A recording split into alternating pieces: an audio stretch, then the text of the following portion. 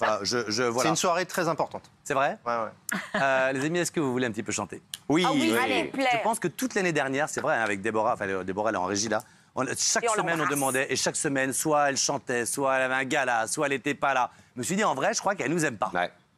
Et on m'a dit, mais si, elle vient cette semaine. Jeanne Masse est avec nous. Ah, voilà. Ouais.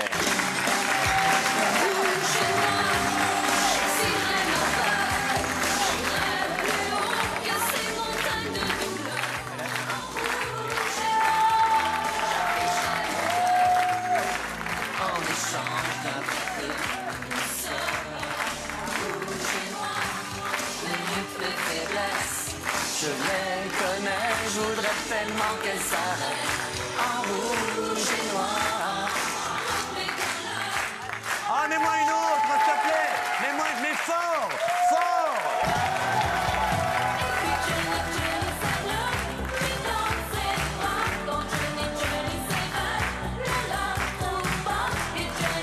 Mets-moi une toute première fois.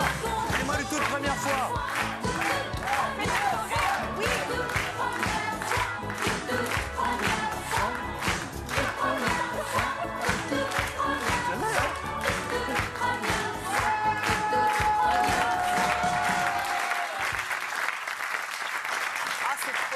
T'es content? Hein? T'es content? Très Moi aussi. content. Ah ouais. C'est combien de disques vendus, Jeanne Masse? Je sais pas, même je pas. m'en fous. Je crois qu'on a essayé de trouver. Nous, on a un chiffre, on est à plus de 3 millions de disques. Vous vous rendez compte? Ça doit être ça. Plus de 3 millions de disques. C'est quoi le plus gros tube dans tout ce qu'on a entendu là? Ça a été toute première fois, et puis par la suite, Johnny en rouge et noir, tout s'est suivi, quoi. Ouais, c'est vrai. Ouais, il y a eu Sauvez-moi aussi. Ah oui, Cœur en fée. sauvez-moi.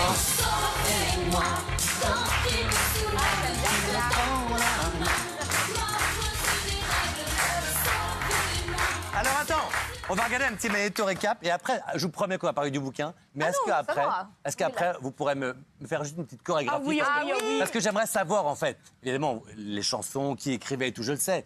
Le look, ça c'était vous, mais les chorégraphies qui étaient tellement marquées, j'en ai regardé sur internet, qui faisaient manière de bouger, saccader, c'était vous ça? Ouais. Vous pourrez m'en faire une petite? Alors sur quelle chanson? Parce que... Ah mais vous me dites, vous êtes chez vous. Oh. La toute première fois peut-être? Ah oui, ok. Ouais, d'accord. Alors, magnéto récap et après c'est du live.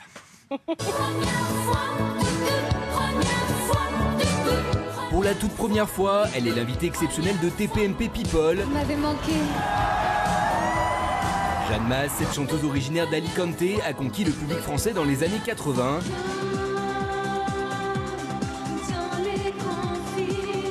3 victoires de la musique, 3 Olympias et plusieurs fois en tête des hit-parades. 40 ans après, les tubes de la star font toujours autant danser en soirée. Jeanne Masse, c'est vraiment mon idole. Vous connaissez forcément Johnny, Sauvez-moi, en rouge et noir. Autant de succès qui font de Jeanne Masse une artiste incontournable. Si elle n'en a jamais terminé avec la musique, aujourd'hui Jeanne Masse a pris un peu de recul sur cet univers pas toujours facile. Sa nouvelle vie, son combat, ses futurs projets. Ce soir, Jeanne Masse nous révèle tout dans TPMP People.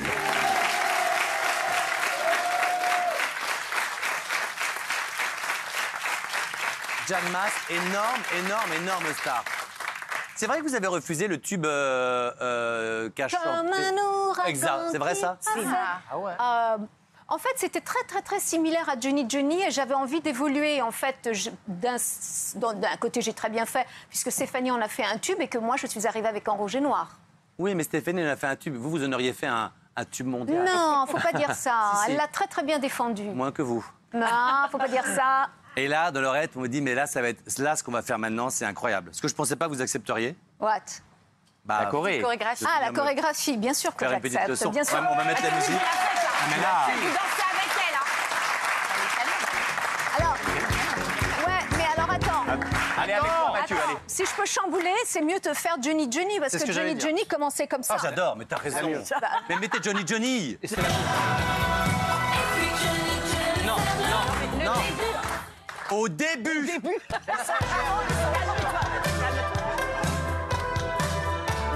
Mathieu.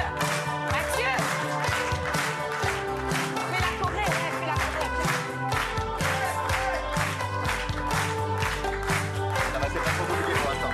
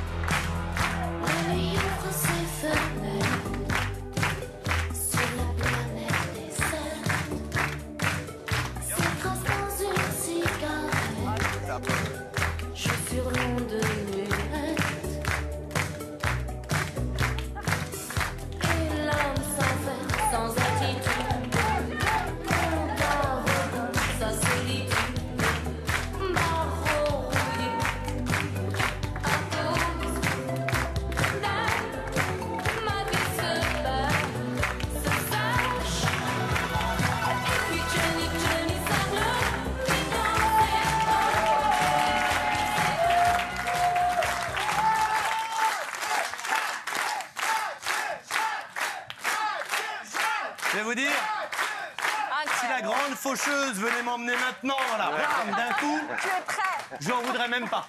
Elle est là. J'ai vécu ce que je pouvais vivre. Si vous saviez comme je vous aime. Ah, bah oui, mais c'est gentil, mais c'est pas vrai que je voulais pas venir. J'étais bloquée. Il a bloqué où? Bah, aux États-Unis. Aux States? Du dos. Non, du dos, non. Blague. Oui, aux États-Unis, je pouvais pas rentrer à cause de toutes ces histoires de vol, de Covid, de machin. Mais vous connaissiez l'émission? Oui. Non. Moi, vous me connaissiez un petit peu? Ah bah oui, je suis quand même venue à avec. TMP. Ouais, voilà. C'est Cyril qui. Ouais, mais bon, vous étiez à côté. Oui. Eh ouais, quand même. Là, c'est un grand fan. En plus, je pense que tu as connu ça, Laurent. Tu as toujours un attaché de presse qui te dit alors, quand la star vient, tu lui parles un peu, pas trop de ses tubes, Ouais. on danse pas, on chante pas, il déteste ça, machin. Et quand t'as la star en plateau, elle est charmante, un artiste reste un Non, artiste. mais Elodie, elle a pas dû dire ça. Hein? Non, non, on est cool. On Vie est cool. privée, vous êtes heureux, vie privée? Des quoi? Vie privée, dans votre vie privée, vous êtes heureuse? En ce moment, tout va bien? Ai-je une vie privée? Oui, je pense que ça va. Vous savez, mon psy, que je vois une fois tous les 15 jours maintenant, me disait, quand j'arrive, il me dit, mets-moi une note sur 10. Comme ça, hop, sans réfléchir, mets-moi une note sur 10, comme ça, à ta vie. Ta vie privée, ton bonheur. Vous metteriez quoi? J'en sais rien. Ah, c'est pas facile, hein? Là, Non, il faut. c'est pas facile. Ah, c'est bien pas la- facile parce que mon but n'est pas d'être heureuse. Mon but, c'est d'accomplir des choses dans ma vie. Ah oui? Je ne suis pas venue sur Terre pour être heureuse. Je suis venue pour... voilà, j'ai des missions. Et bah merde. voilà. Hein? Ah oui, Oh c'est- oui, mais c'est compliqué, je reviendrai C'est pour quoi ça. la prochaine mission, là? Ma prochaine mission, eh bien, justement, j'attends que mes guides spirituels me poussent, mais je pense que c'est me préoccuper plus des autres et de la planète. C'est vous. Et de la planète? C'est vous, c'est guide spirituel. Ouais, bah oui, c'est pour ça que j'ai écrit un livre sur le véganisme. Parce Mais qu'en vous avez fait, des comme là, je suis sérieux. Vous entendez des voix, il y a des gens qui, vous entendez quelque chose qui vous pousse à réaliser une mission. je ressens les choses. Bien sûr, bien sûr. En fait, il faut écouter son moi, il faut écouter son intérieur, parce qu'on a tous des guides spirituels qui nous aident à accomplir nos missions sur Terre. Sauf qu'on vit avec un ego tellement puissant qu'on oublie en fait que nous avons cette mission. Donc, ce qui se passe, c'est que justement, quand on a raté sa vie, eh bien, on revient. Ça s'appelle karma. Mais non. Ça te parle pas, Mathieu? Non. Ça sera ta deuxième chance Non, à mais, toi. mais très non, mais embêtant. c'est très étonnant ce que vous dites parce qu'effectivement, moi, j'ai pas fait toujours les bons choix, donc c'est pas la bonne. C'est pas.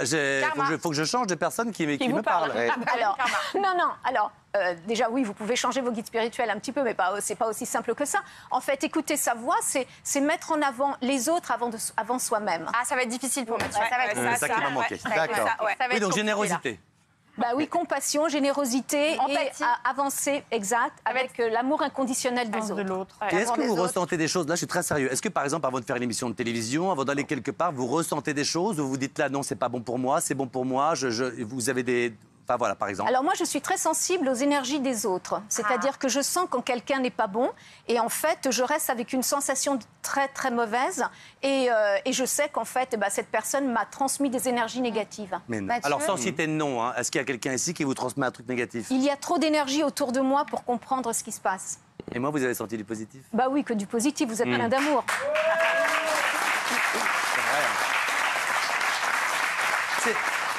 C'est couillon que je fasse connard comme ça, parce qu'en vrai, je suis gentil. je suis T'es plein, mais t'es plein d'amour. Non, mais Hein? vous faites T'es pas plein connard. d'amour. Mais ouais, mais c'est con, quoi. On est deux à le savoir.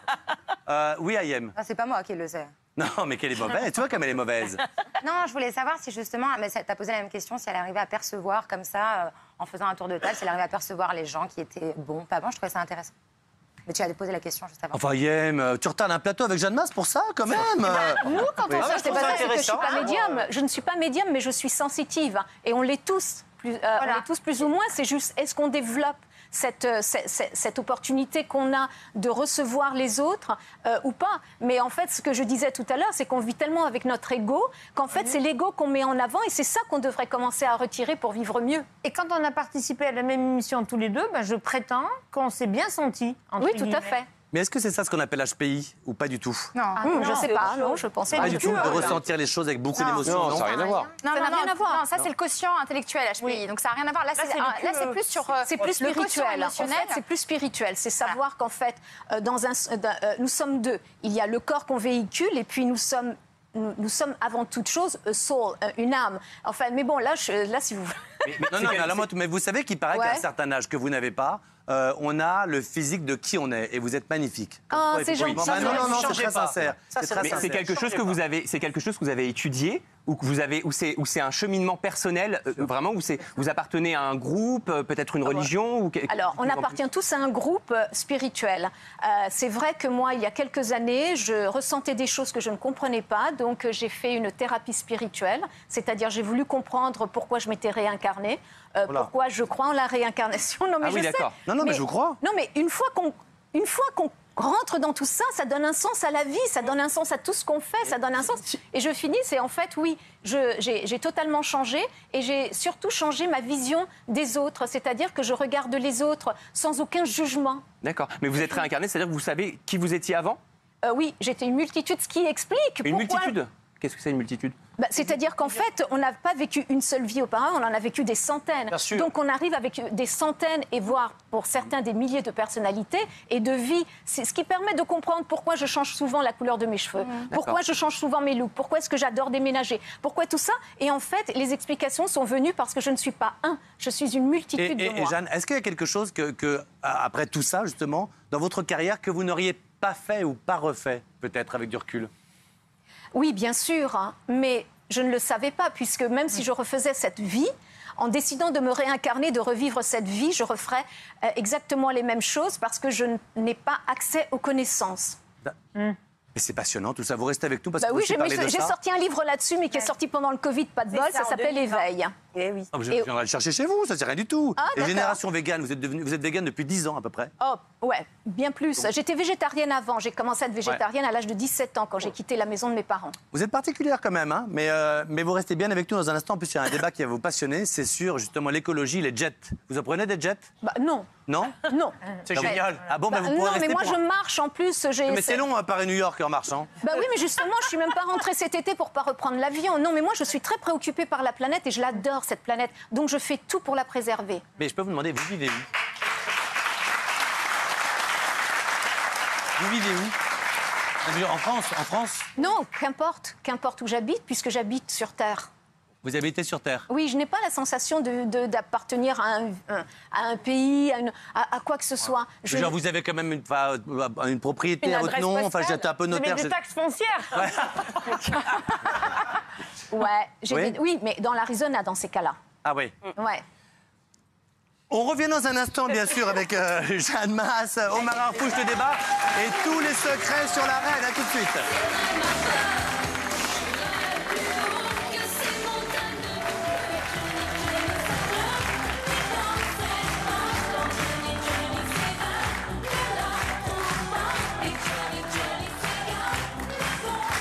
Merci d'être avec nous, TPMP People. Jeanne Masse est notre invitée. Et si vous venez de nous rejoindre, elle nous parle, elle nous dit tout, elle danse, elle chante, elle est charmante. C'est là qu'on connaît les vrais artistes, ils sont toujours charmants quand il s'agit de donner. On va parler dans un instant de l'écologie, je sais que c'est très important pour vous. On va parler des jets privés, de tout ce qui se passe autour du scandale. Et on a quelqu'un qui a été courageux de venir, qui viendra dans un instant, qui s'appelle Omar Harfouch, qui avait fait la ferme célébrité, donc on le connaît un petit peu pour ça, voilà. Il a un jet, il s'en sert 22 fois par an pour faire Paris-Nice. Lui, il dit, voilà, je le prends, en gros, et je vous emmerde, il fallait gagner de l'argent. Donc, voilà, on pourra en parler ensemble, mais c'est un garçon charmant, au demeurant. Oh oui, ça a l'air. Depuis qu'il m'a invité dans son jet. Mais sinon, non, pas du tout. Et là, je veux dire un petit mot quand même, parce qu'il y a un bouquin. C'est très important, ça s'appelle Génération Végane, que vous avez sorti. Ça fait des années que vous êtes végane, mais pourquoi le bouquin maintenant? C'est le 3e que je sors. Oui. J'avais sorti Ma vie est une pomme, Hugo, vegan en herbe. Et puis là, j'ai voulu continuer et puis cette fois-ci, expliquer vraiment les fondements, mais surtout répondre aux questions qu'on se pose. Est-ce qu'on a des carences? Si les animaux, on ne les tue pas, qu'est-ce qu'ils vont devenir? Est-ce que les plantes souffrent? Et en fait, je réponds à toutes ces questions. C'est très simple, c'est très... En fait, je ne juge pas. En fait, j'explique un petit peu pourquoi moi, je suis devenue végane et pourquoi d'autres... Oui, il y a énormément de témoignages de gens qui ont changé leur vie. Leur vie a été totalement changée et leur santé, surtout, grâce au véganisme. Et en fait, voilà, c'est juste moi, je vais vous dire, je suis en train de devenir comme ça. Ah bon? Parce qu'il y a un doc sur Netflix, notamment, qui a montré que les gros bodybuilders, notamment, mangent beaucoup de légumes, qu'il y a de la protéine dans les légumes. Et il faut arrêter de penser que... Mais ça, c'était sponsorisé par le lobby vegan sur Reportage. Je l'ai vu. Mais moi aussi, j'ai été convaincu. D'ailleurs, Mathieu, c'est marrant parce que quand je l'ai vu, après, pendant 15 jours, j'ai arrêté de manger de la viande. Ouais. Et malheureusement, mon corps s'est dégradé. Je dois le dire honnêtement, mon corps s'est dégradé. Moi qui fais beaucoup de musculation, j'ai vu mes muscles fondre et j'ai dû reprendre une alimentation carnivore. Mathieu, Je voudrais répondre dernière à ça. question, oui. Alors, je voudrais juste faire une toute petite remarque. Et moi, j'adore Jeanne. Hein. En revanche, sur le remplacer par les légumes et tout, par exemple, on vante les steaks de soja. Le soja, il n'y a pas plus désastreux pour les cultures en eau et en tout que le soja. Donc, remplacer un problème par un autre, je ne suis pas sûre que ce soit bien. Alors, je veux répondre aux deux questions. La première est qu'on n'élimine pas la viande, les protéines animales, sans remplacer avec des protéines végétales. Et ce que font les grands athlètes aujourd'hui, dont Serena Williams, qui est l'exemple type d'une végane, c'est on remplace par le rice and beans. Et en fait, c'est ce que vous avez fait. Je l'ai fait, mais malheureusement, ça demande un tel apport de glucides parce que dans les protéines végétales, il y a aussi beaucoup de glucides par rapport aux viandes maigres. Et donc, du coup, naturellement, le muscle reste un peu, mais il y a du gras. Désolé, c'est technique. Mais oui, c'est un petit peu technique. On aura tout le bouquin. Ça prend un petit peu de temps, mais de toute façon, c'est vrai qu'aujourd'hui, on peut remplacer par les protéines végétales. Quant au soja, il faut savoir que 90% de la production mondiale du soja va à l'élevage. Donc, quand vous mangez un steak, vous mangez du soja, quoi qu'il en soit, parce que ça a été assimilé par donc ça te calme. Alors, on va arrêter ce débat-là.